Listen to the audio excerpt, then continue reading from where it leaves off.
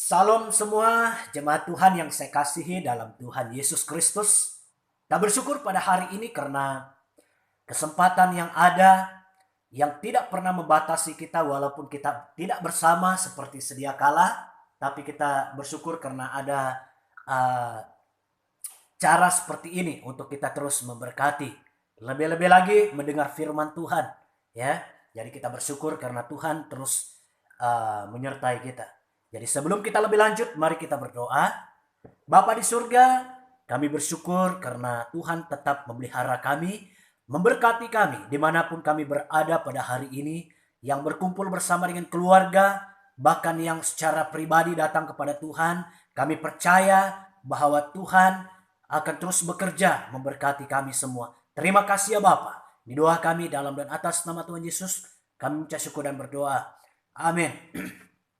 Nah, pada pagi hari ini saya ingin kongsikan firman Tuhan yang temanya baptisan, ya. Sesuai dengan putaran kelas SMY kita, jadi hari ini kita berbicara tentang baptisan, makna baptisan.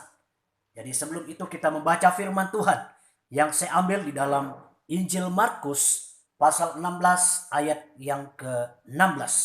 Bunyi firman Tuhan, siapa yang percaya dan dibaptis akan diselamatkan, tetapi siapa yang tidak percaya akan dihukum. Itu bunyi kata firman Tuhan. Yang percaya diselamatkan, tetapi yang tidak percaya akan dihukum. Nah, sebagai proses kehidupan rohani kita setelah kita mengenal Tuhan, baptisan itu adalah satu hal yang sangat penting, yang harus, yang wajib kita ambil, yang wajib kita lalui secara pribadi. Ya, bukan itu satu upacara yang yang dianggap sebagai jalan untuk kita menjadi anggota jemaat Tuhan, ataupun jalan untuk kita mengikuti upacara yang seterusnya seperti upacara kawin harus dibaptis terlebih dahulu. Anggapan itu adalah jauh daripada kebenaran. Nah, saudara-saudari yang saya kasih di dalam Tuhan, ada 3 hal yang penting yang harus kita belajar pada hari ini makna baptisan. Yang pertama, baptisan itu datangnya dari sorga. Dimana kalau kita lihat firman Tuhan yang terdapat di dalam Injil Matius pasal 21 ayat 25 sampai ayat 27, bunyi firman Tuhan, dari manakah baptisan Yohanes? Dari sorga atau dari manusia? Mereka memperbincangkannya di antara mereka dan berkata, jikalau kita katakan dari sorga, ia akan berkata kepada kita, kalau begitu, mengapakah kamu tidak percaya kepadanya? Tetapi jikalau kita katakan dari manusia, kita takut kepada orang banyak, sebab semua orang menganggap Yohanes itu nabi. Lalu mereka menjawab Yesus, kami tidak tahu. Dan Yesus pun berkata kepada mereka, jika demikian, aku juga tidak mengatakan kepadamu dengan kuasa manakah aku melakukan hal-hal itu. Nah, saudara yang saya kasih di dalam Tuhan, baptisan itu datangnya dari sorga, kata firman Tuhan. Nah, berbanggalah karena saudara dan saya telah melalui upacara ini. Jangan pernah berbangga oleh karena kita dibaptis oleh hamba Tuhan yang terkenal. Tetapi berbanggalah karena engkau dan saya telah melalui upacara ini. Karena yang bekerja di sebalik upacara baptisan ini adalah Tuhan sendiri. Jadi berbanggalah karena kita sudah masuk kepada satu tahap yang mendewasakan kita di dalam kerohanian, yaitu mengambil keputusan untuk dibaptis. Yang kedua, makna baptisan adalah satu langkah pertobatan yang sungguh-sungguh. Ini adalah bukti daripada kita bertobat dari dosa kita. Bukan sekadar untuk kita mengambil keputusan dibaptis agar teman-teman kita, agar orang tua kita berkata bahwa dia sudah dibaptis. Ataupun satu pemikiran yang biasa yang kita anggap setelah baptis kita sudah dewasa. Itu adalah anggapan yang salah. Jadi baptisan adalah langkah yang sungguh-sungguh dari pertobatan kita. Bertobat sungguh-sungguh, lalu kita memberi diri untuk dibaptis. Jadi karena itu saudara yang saya kasihi dalam Tuhan, terlihat apa kata firman Tuhan berkaitan dengan poin ini. Di mana firman Tuhan ini terdapat di dalam Matius pasal 3 ayat 5 sampai ayat yang ke-6.